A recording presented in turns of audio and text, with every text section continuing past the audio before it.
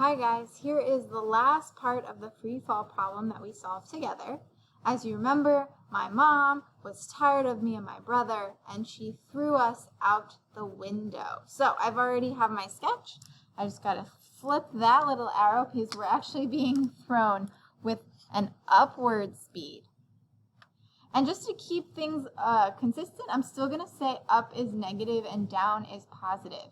Again, you could have it the opposite way. That's okay. That's just the way that I am going to organize my sketch today. So we want to determine the velocity of me and my brother right before we hit the ground and determine the time it takes for us to fall. So for this problem, I'm going to divide it into two parts. I'm first going to look at, let me rewrite my variables here.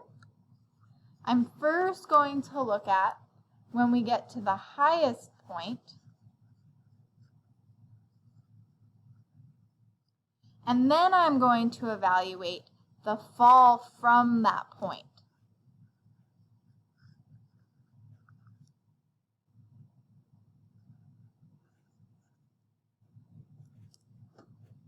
Okay, so I've got highest point and fall from the highest point.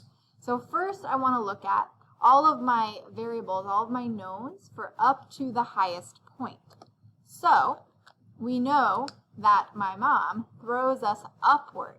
So I've said that upward is the negative direction. That means my velocity is a -5 meters per second. I also know that at the highest point of mine and my brother's travel, we will come to a stop for a moment. So to the highest point, the velocity is 0. And I also know, since even though we're being thrown upward, we're still in free fall from the moment we leave our mom's really strong hands. So the acceleration is still 9.8 meters per second squared downward, right? And we've said down is positive, so I leave that positive. So what I can look for here is the time it takes to get to the highest point. And just a careful note that delta x is no longer 16.6 because that is the height from the window to the ground, and we are looking to the highest point now. So I'm going to solve for both of those missing pieces of information. To find time, I'm going to use VF minus VI equals AT.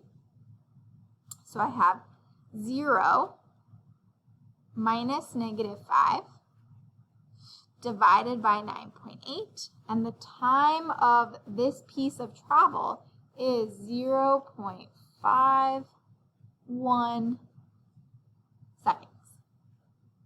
So to get to the highest point, I know that it takes 0.51 seconds. I'm also going to find the distance that I travel because I have a feeling that that information is going to help me. So to find that, I'm going to use VF squared minus VI squared equals 2A delta X. So I've got 25 minus 0, 25. 25 divided by 2 times 9.8. And I find,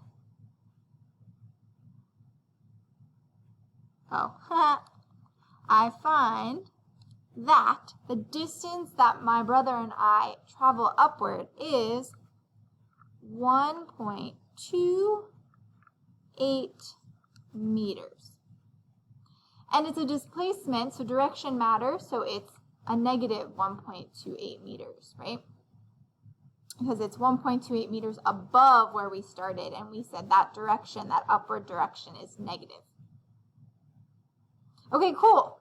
So now I'm going to use this information to solve for the rest of the problem, what we're actually looking for, the velocity right before they hit the ground, and the time it takes for us to fall. So we've already got half of the time, that's that 0.51.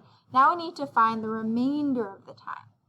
So if I look at now the fall from the highest point, Remember, at the highest point, the velocity is 0 for a moment. So from the highest point, my initial velocity is 0 meters per second. We are still in free fall, so the acceleration is 9.8 meters per second squared. And now for the displacement, I get to use that number that I just solved for. So 1.28 from the highest point to the window plus 16.6 from the window to the ground. So that would be 1.28 plus 16.6. And we get that the total displacement is 17.88 meters. So that's from the highest position to the ground. So now I can use my equations to solve for the time from the highest position to the ground and for that final velocity right before we hit the ground. So with the variables that I have, I think I'm going to solve for final velocity first using VF squared minus VI squared equals 2a delta x. So 2 times 9.8 times 17.88. And then I would need to square root that to get the final velocity. And I find that the final velocity right before we hit the ground is 18.72 meters per second. Cool. So now I can, since my initial velocity is 0, I certainly could use the delta x equation because it would get rid of a term and I wouldn't have to worry about the quadratic. But to make my math even simpler, I can also use VF minus VI equals AT. And when I solve that, so 18.72 divided by 9.8, I get that the time is 1.91 seconds. So we have now the final velocity right before we hit the ground. So that's one of the answers we were looking for. And we almost have the total time that it took for us while we were in the air. So I have one more thing that I need to do. I take the time to the highest point plus the time from the highest point to the ground. And I will find that my total time that we are in the air is 2.42 seconds.